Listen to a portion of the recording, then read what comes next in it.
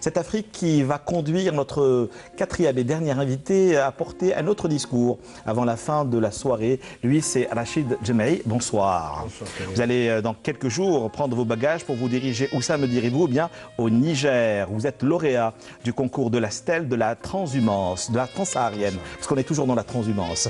Merci d'être avec nous aujourd'hui. Ce n'est pas la première fois que vous dialoguez donc justement avec ces Africains. Vous dites, on est africain, mais on l'oublie malheureusement trop souvent. Merci d'accepter notre invitation sur ce même plateau et pour cette autre aventure. Questions, réactions, l'habitude est une seconde nature. Donc naturellement, vous pouvez intervenir sur cultureclub@entv.dz. Bonsoir, Jaoudat Gessouma. Alors, Koubania, je le rappelle, aux éditions Cheheb, c'est vous qui avez pratiquement provoqué la rencontre de ce soir. Faut-il rappeler à nos téléspectateurs que Koubania, l'acte de naissance de Koubania a vu le jour justement à Cuba, à travers cette manifestation qui n'est autre que les tropiques du cancer, qui a réuni plusieurs artistes, des plasticiens, des vidéastes, des auteurs dont vous avez fait partie, à vous diriger donc jusqu'à Cuba et nous organiser une des plus belles expositions photographiques au musée du Bardo il y a seulement quelques mois de cela. 2015 exactement, en juin 2015. Ouais, ça passe quand même. 2 ans, presque 2 ans. Rien, oui.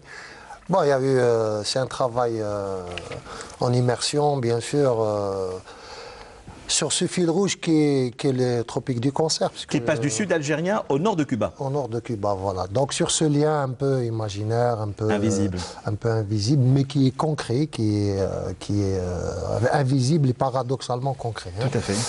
Donc voilà, Koubania, c'est une proposition esthétique de plus, comme l'a fait par exemple Mazir Katoub, a produit un album qui s'appelait Congo Gnawa, qui était avec nous. Donc c'est une interrogation sur les révolutions.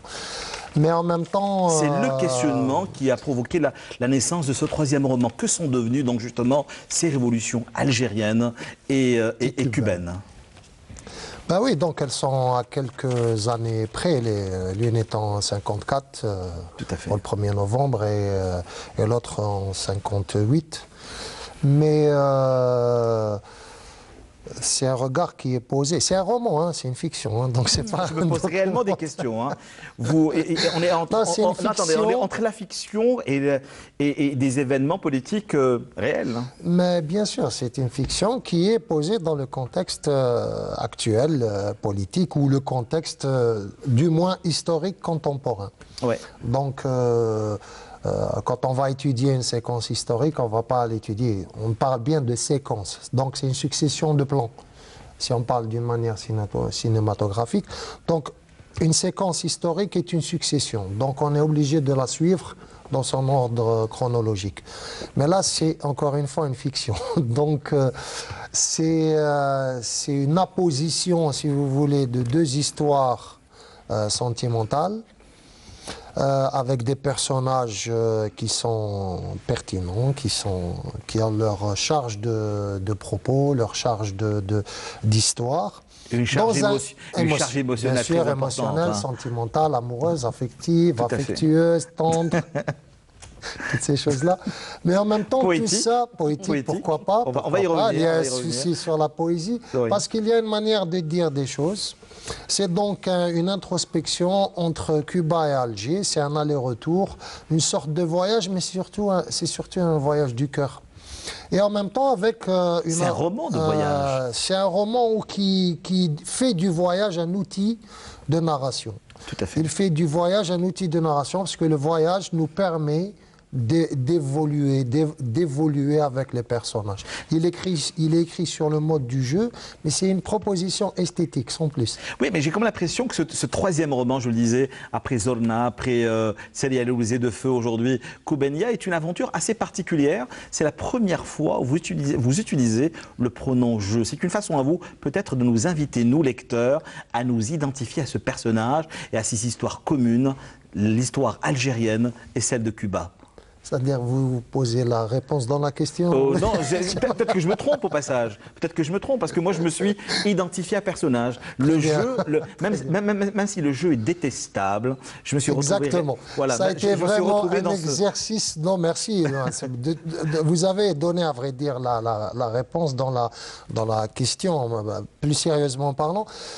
Oui, ce jeu est très difficile à manipuler. Parce qu'on sait très bien... Et pourtant, vous l'avez utilisé. Oui, mais les questions qui m'ont été posées, la question sur l'autobiographie et tout, devient à un certain moment un peu lancinante, un peu récurrente. Et c'est pour ça que c'est toujours un peu compliqué d'utiliser le jeu. Mais en même temps, c'est un élément, c'est un outil qui facilite avec le lecteur l'empathie. Je voulais que le lecteur se mette à ma place, parce que c'est très difficile de parler. Les gens ont l'impression que je parle de moi quand j'utilise le jeu. Or, c'est une fiction, je le répète, mais avec les outils de la réalité. Donc, il y a des choses d'actualité, il y a un va-et-vient avec Alger, un va-et-vient avec notre histoire, guerrière, notre histoire nationale. Il y a un retour vers Cuba avec leur histoire nationale et tout. Que sont nos révolutions devenues?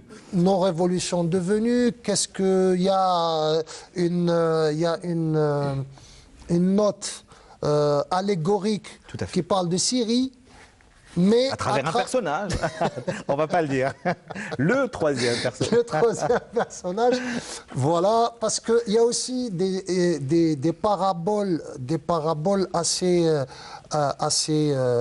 subtiles, où il y a une manière de parler de la vieille Havane, et une manière de parler de la jeune Havane, et il y a aussi une manière parabolique de parler d'Alger, la jeune, et d'Alger, la vieille. Donc, immersion dans le centre des vieilles villes. Hein. C'est une immersion dans les vieilles et dans les jeunes villes. Aujourd'hui, Alger ou la Havane sont des villes qui sont jeunes. Même si elles ont, pour ce qui nous concerne, plus de 1000 ans d'ancienneté, et pour Cuba, pour la Havane, plus de 500 ans d'ancienneté. Mais il y a aujourd'hui des villes jeunes. On voit pas les stigmates, on voit les indices esthétiques, les indices urbains, les indices vivants. Quand vous descendez à la place Ben Boulaïd à Alger, vous verrez des tags, de la street painting, des gens faire du roller, d'autres c'est du hip-hop. Donc il y a les stigmates, entre guillemets, d'une ville jeune aussi. C'est pas seulement déjà à la Casbah. Aujourd'hui, vous descendez à la Casbah, même s'il y a une utilisation des tags mais vous voyez un seul héros, le peuple. Il y a des réminiscences esthétiques qui sont intéressantes à découvrir. Mais là, je vous entends parler, vous êtes habité par les espaces. J'ai comme l'impression... C'est moi qui habite les espaces. Oui, mais bon, aujourd'hui, on est dans une forme de récupération du jeu et du lieu. Voilà, oui, le jeu et le lieu, c'est un outil littéraire. Hein. Non, je veux dire que c'est un exercice. C'est parce que ce dernier roman, c'est juste une impression, encore une fois. J'ai comme l'impression de relire certains passages de Zorna, où la ville elle-même est un véritable personnage. Comme dans ce dernier roman, je le rappelle, Alger et Cuba sont des personnages. J'ai comme l'impression qu'ils ont effacé les personnages, Youssa, le personnage féminin de Cuba, mais également Douja, le personnage d'Alger. Oui. Alger... Une errance fantomatique où on ne sait pas si elle est algérienne. Exactement. Il y a aussi un lien, il y a un personnage un peu fantomatique, erratique, où on ne sait pas si elle habite Alger ou la Havane. Il y a une sorte de personnage comme ça, un peu vaporeux. Mais ce n'est pas la même perception. Je l'ai dit tout à l'heure, c'est une proposition esthétique, parce que moi je défends le fait que les écrivains soient des artistes. Jamais compris pourquoi on dit artiste, écrivain. On a une utilisation d'une forme plastique écrite, au lieu qu'elle soit présentée d'une manière visuelle. Non, je ne parle pas de moi. Non, en général. Mais les écrivains en font un acte de création, ils manipulent des éléments tangibles, qu'il présente à un lecteur qui consomme cette chose comme une proposition esthétique. Il la refuse ou il l'accepte, il l'aime ou il l'aime pas. L'important, c'est qu'il y ait cet espace potentiel entre nous et le lecteur, pour avoir justement des sensations.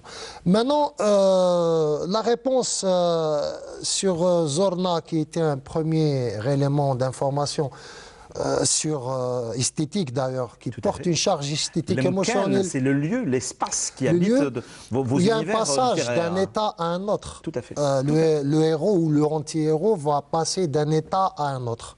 D'un état psychologique à un état géographique à un autre. Il va passer de l'autre côté du miroir. Mais symboliquement, c'est un passage d'un côté de la baie à l'autre côté de la baie. Mais moi, j'avais aussi bien ancré dans le premier roman cette notion du passage du miroir. Mais le problème, c'est que le passage du miroir de notre anti-héros, c'est un miroir qui se brise. Donc il va passer dans le vide justement que ce miroir cassé va laisser et va se faire blesser par les réponses justement. C'est assez symbolique, assez poétique. Par contre, sur Koubania, il s'agit d'un personnage